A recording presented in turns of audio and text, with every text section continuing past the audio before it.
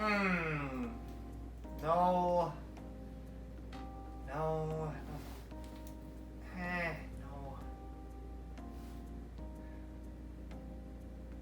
Oh, fuck! Whoa, you can't just sneak up on a guy like that. Jesus Christ. What was I doing? Well, I was trying to come up with a list of all of my favorite things. And I'm going to stick it on my door so that only people that like the things that I like will be able to enter my room. You know, for like home invaders and stuff. Because I am not going to get robbed by somebody that likes New Super Mario Bros. U Deluxe. It's as simple as that. I don't know why anyone else hasn't tried it already. But here's the problem. See, I've written down fast-paced video games that have a banging soundtrack and are over in like 3 hours. And that could be anyone. Yeah, and I'm really stumped about this. But hey, I guess the only thing to do now is play Sayonara Wild Hearts and try to come up with some other things. Oh, that's why you're here!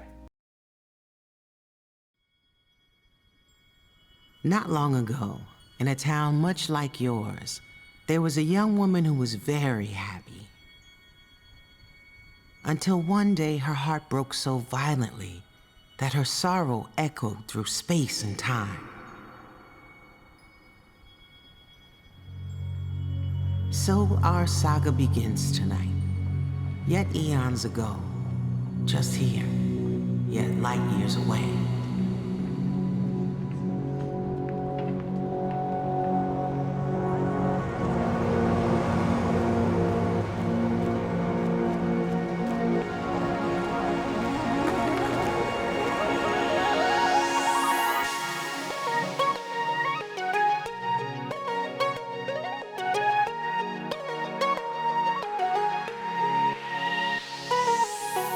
Something's changed, and I didn't know you were slipping away.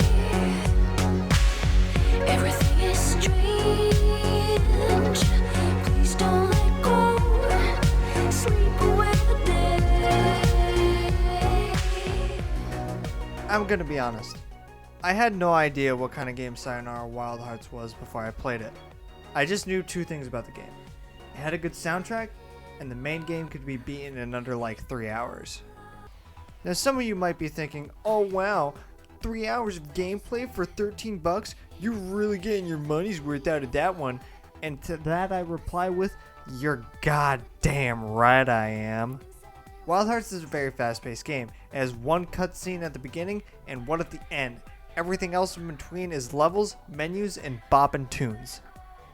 Yeah, there aren't exactly any cutscenes between you starting the game and you finishing it. In between those two cutscenes, there's a whole lot of this.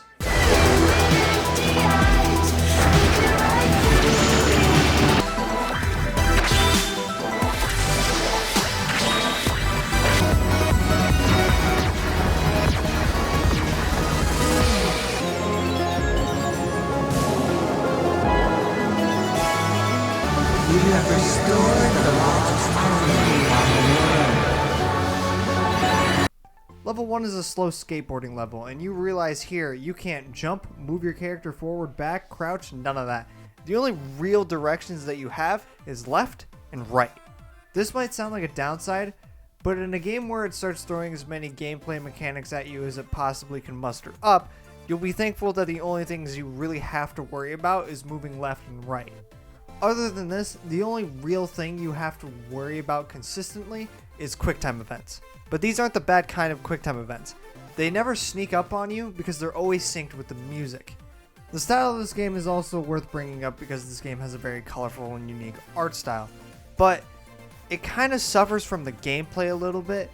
Since this game is very fast paced, you don't really get to appreciate the art style of every given level unless you're going back and replaying them to get gold or something. Anyway, on to the actual gameplay and story and stuff. This game is packed to the brim with great mechanics. It's just idea, and they don't ever stay around long enough for them to become stale. Every level is something new. On the first one, you're skateboarding. On the next one, you're flying on a tarot card. On the next one, you're riding a motorcycle. And on the next one, you're flying. It just keeps going and going and going and going. This is what passionate game design looks like. Also, the level design is amazing. When the game moves to the next arc, you really never feel like you're in that same place again until you actually are. The story is thus. A girl got her heart broken, and then the primordial chaos along with their crew killed 3 gods, but before they could do that, the gods made a hero, and then they hoped that she would be strong enough to save the world. Yeah. Basically, the entire game is you taking out the lackeys of death and then actually fighting the big bad. Like most games. Fuck. And at the end, you end up defeating death and solving your problems with not violence, but love.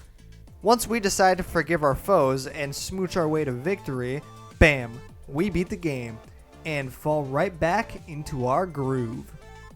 We unlock solo arcade, and that's where not a real gamer would have stopped. And that's not me. You see, every level grades you based on how many points you get. This can be done by getting those little heart collectibles, doing quick time events well, killing enemies, etc. But unfortunately, collecting them is not the problem. Take the small heart crystals for example. The first one you get is always worth 1, but the next one you get is worth 2. And then the next one is worth 3, 4, 5. You get the idea. Most of the things that give you points in this game scale like that, or by 25, i.e. killing enemies and collecting large hearts. Getting really close to danger, how well you can hit a quick time event, and how well you mash the A button when you're pummeling a boss all have set amounts of points that you get awarded when you do them. But the problem is, the stuff that scales up in points the more you get them resets when you die. This with having a bronze, silver, or gold rank with every level, and yeah, you basically can't die at any point in the level in order to get the gold rank. This is alright though, because it single-handedly doubled my time with the game, and I really like this game, so that's cool. I will say, you probably should try to go for gold on every level.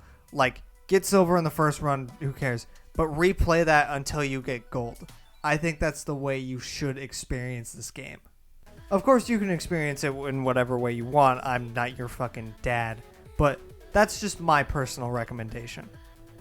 There are also the Zodiac riddles, and okay, I'm gonna be honest, I didn't find any of these.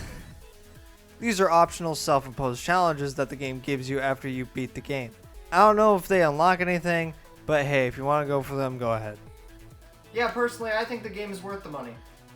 And I haven't even talked about the fucking soundtrack yet. What am I doing?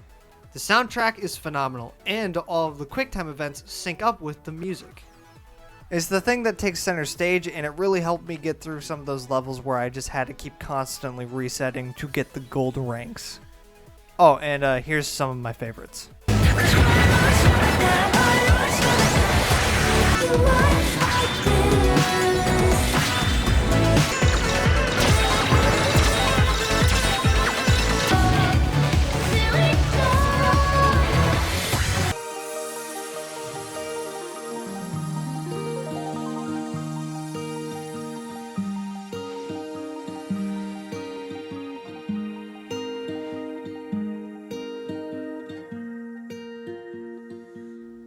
Personally, I recommend the game, unless you don't like fast-paced video games that have a banging soundtrack and are over in like 3 hours. In which case, get out.